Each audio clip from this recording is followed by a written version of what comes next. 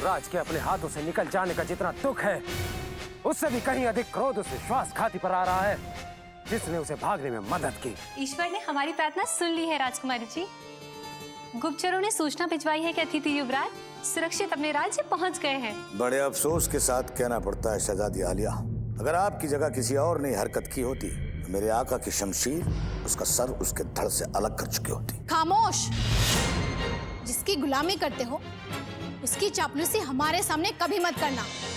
आप हम पर भरोसा रखिए राजकुमारी साहबा, जब तक आप या फिर हम नहीं चाहेंगे ये राज बनकर ही रहेगा।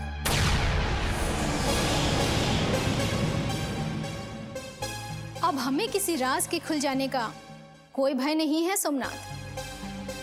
जब तक युवराज यहाँ बंदी थे तब तक हमारे मन में एक भय अवश्य था, परंतु युवराज अपने राज्य सुरक्षित पहुंच चुके हैं, इसीलिए अब हमें किसी का भय नहीं, किसी की चिंता नहीं। क्या आपको महाराज शिवदत्त का भी भय नहीं? क्या आपको यह भी भय नहीं कि आपने शत्रु का साथ देकर अपने ही राज्य से राजद्रोह किया है? किसी निर्दोष का साथ देकर हमने उस पाप को धोने का प्रयास किया है जिसे भवानी सिंह और तुमने किया है। यदि हम किसी से डरते हैं तो मंदिर में बैठे इस महाकाल से।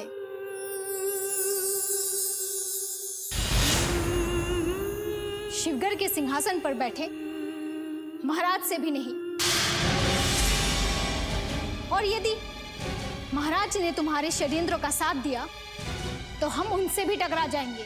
आप जानती हैं राजकुमारी जी कि आपने क्या कह दिया? अच्छी तरह से जानते हैं कि हमने स्वयं के पिताश्री को चुनौती दी है।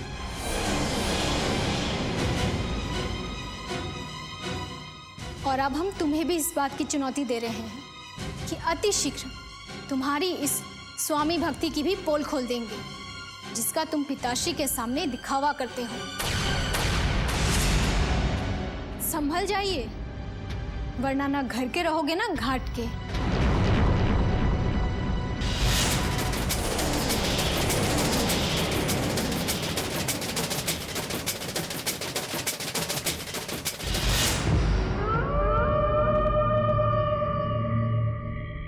मोहब्बत की ऐसी परवास जो कोहसारों से टकराने का जज्बा रखती हो, सिर्फ किस्से कहानियों में सुनी थी। मेरे आका, शहजादी आलिया की जगह अगर आज कोई और होता तो आज आपका हुक्म भी उसकी मौत नहीं टाल सकता था। इससे पहले कि शहजादी आलिया पिंजरा तोड़कर उड़ जाएं, महारानी साहिबा को भड़काना लाजिम है। क्या तुम हमें राजकुमारी के विरुद्ध भड़काने आए हो भवानी सिंह?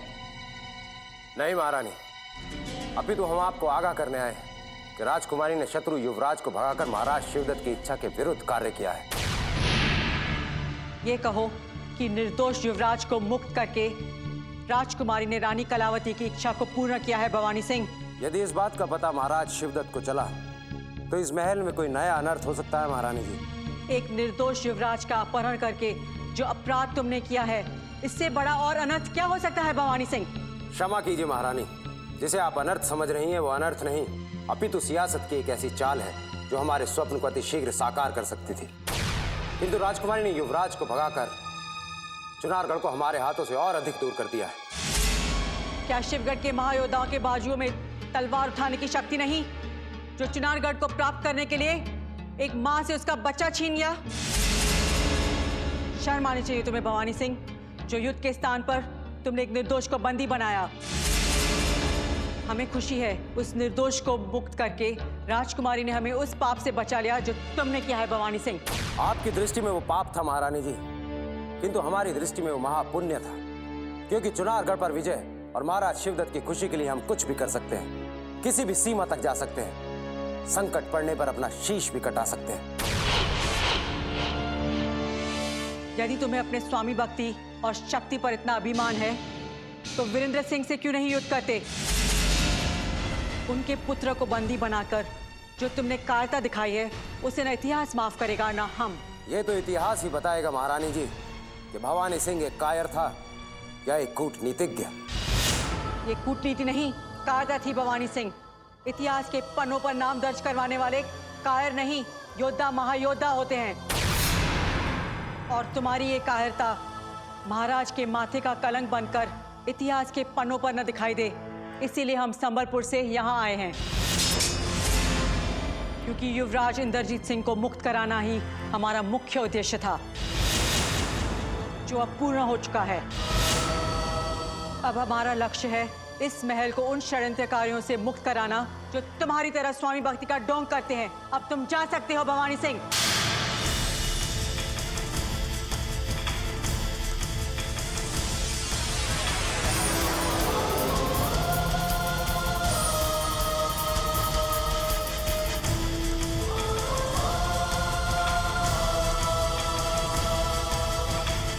आश्चर्य है, बेटी ने शत्रु युवराज को फरार कर दिया और मां ने समस्त चुनारगढ़ की रक्षा करने की सौगंध ले ली।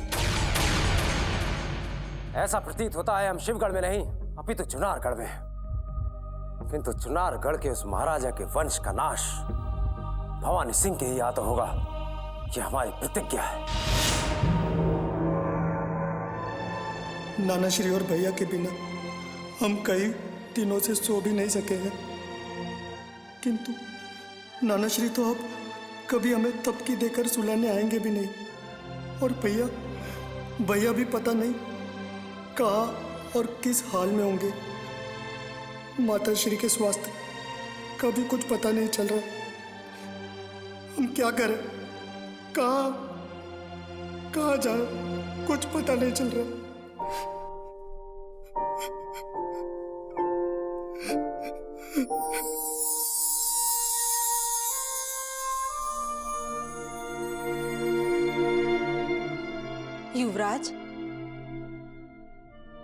युवराज, हमारे गुप्तचरों ने अभी भी एक शुभ समाचार दिया है।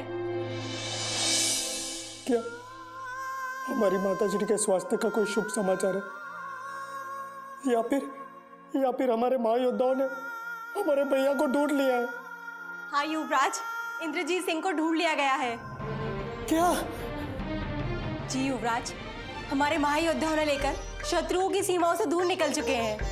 माँ भवानी ने हमारी प्रार्थना सुन ली। महानंदा, तुमने जो शुभ समाचार दिया है उससे हमें फिर से जीने की उमंगें जाग गई है। मांगो, जो उपहार मांगना है मांगो महानंदा, मांगो। राम जैसे भैया के शिवदत्त की लंका से छूटकर सुरक्षित वापस आने के शुभ समाचार ने आपकी आंखों की उदासियों को मिटा दिया है युवराज।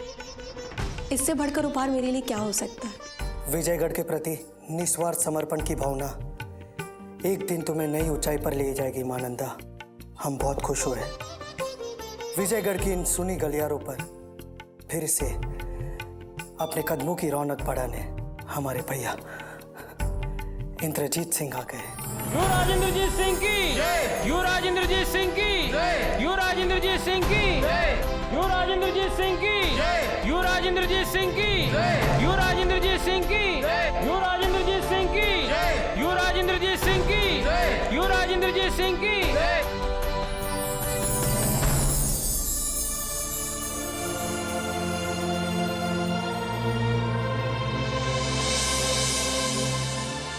भैया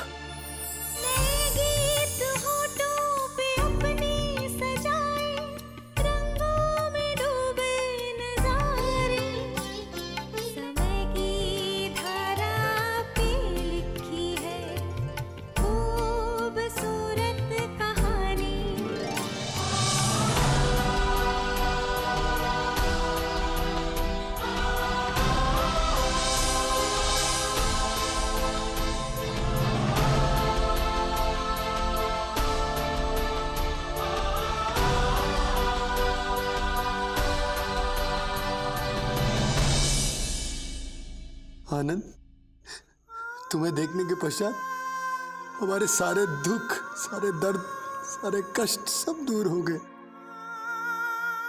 आज तुम्हें देखकर हम बहुत खुश हैं, बहुत खुश।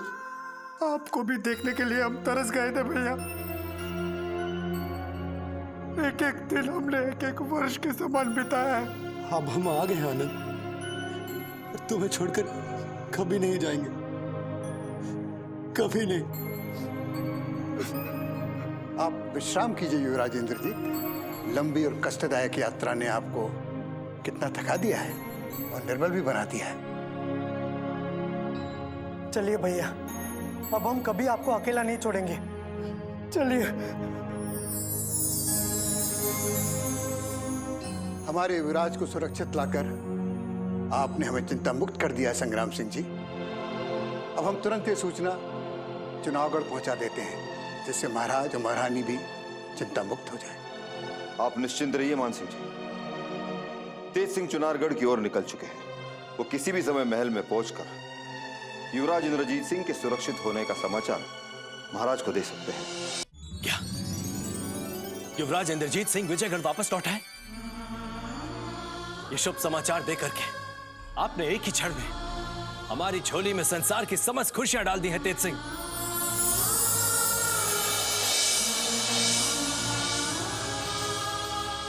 अब हमें कुछ नहीं चाहिए, कुछ भी नहीं।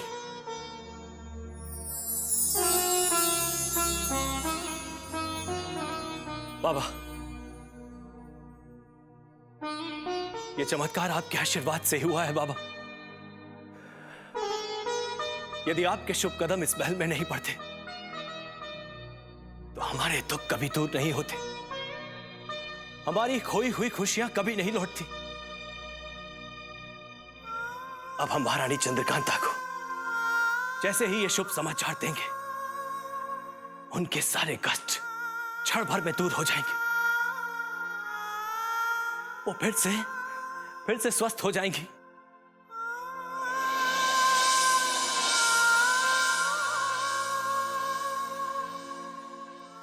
तेरी इस खुशी के पीछे एक दर्द भी छुपा है राजन।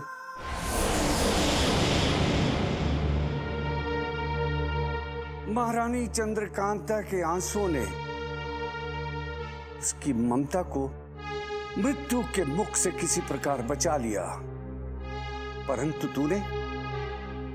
तूने अपने सबसे प्रिय महायोद्धा को सदा सदा के लिए खो दिया है।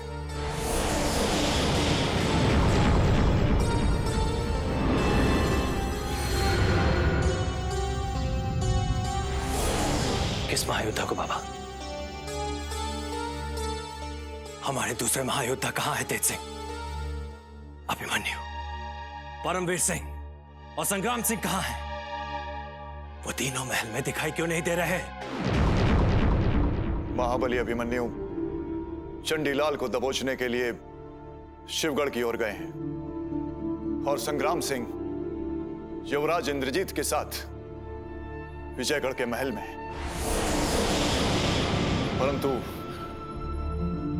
परंतु महायोद्धा परमवीर सिंह। तेज सिंह, हम आपसे कुछ पूछ रहे हैं। कहां गए हैं परमवीर सिंह?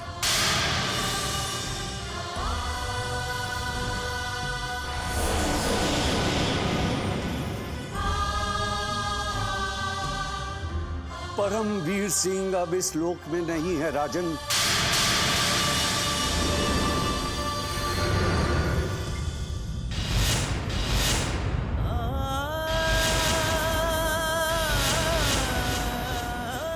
तेरे पुत्र के प्राण बचाते बचाते वो दूसरे लोक में पहुंच गया है।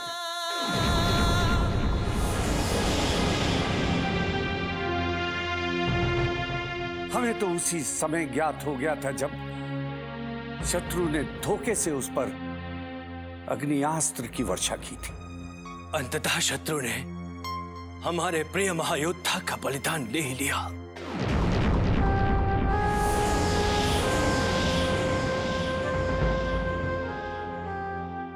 और जिसका बदला हम शिवदत्त के समस्त महायोद्धाओं का वध करके लेंगे। काली अमावस्या की रात यदि हम यहां पर आकर विशेष पूजा ना करते तो युवराज इंद्रजीत के साथ साथ तेरे समस्त महायोद्धाओं का भी काल आ जाता।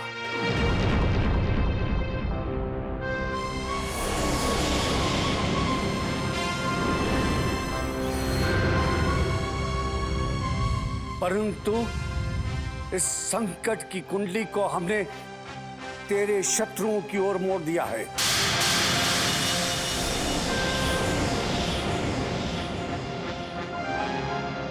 चिंता मत कर राजन, तेरे महायोद्धा को सीधा स्वर्ग में स्थान मिल गया है। उसकी स्वामी भक्ति ने उसे संसार के सभी कष्टों से मुक्त कर दिया है। शहीद परमवीर सिंह के हत्यारों को मैं स्वयं अपने हाथों से मौत के घाट उतारना चाहती हूँ, ताकि मेरे मन में सुलग रही इस आग को मैं बुझा सकूं। हम तुम्हारी ये इच्छा अवश्य पूर्ण करेंगे पद्मनी, और शहीद परमवीर सिंह के त्याग को सदा याद रखेंगे। परंतु ये समय महारानी चंद्रकांता को संभालने का और उनके स्वास्थ्य को ध्यान में रखने का है। हम इसी समय उन्हें यह समाचार देना चाहते हैं कि उनके पुत्र वापस लौट आए हैं, ताकि उनके मरणासन देह में फिर से जीवन का संचार प्रारंभ हो सके।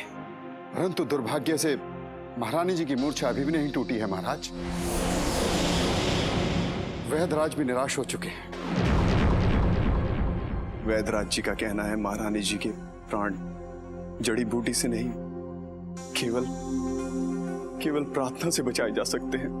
महारानी को हमसे कोई नहीं छीन सकता। युवराजों के आगमन का समाचार अवश्य ही उनकी मूर्छा तोड़ देगा। हम अभी स्वयं उन्हें यह समाचार देंगे।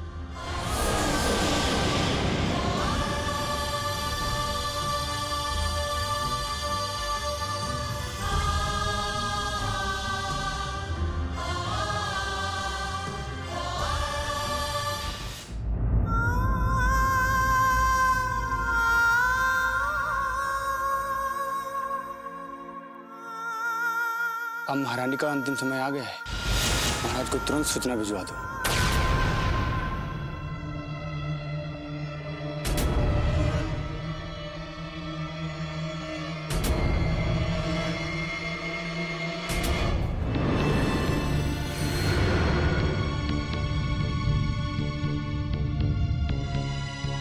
मुझे क्षमा कर दीजिए महाराज।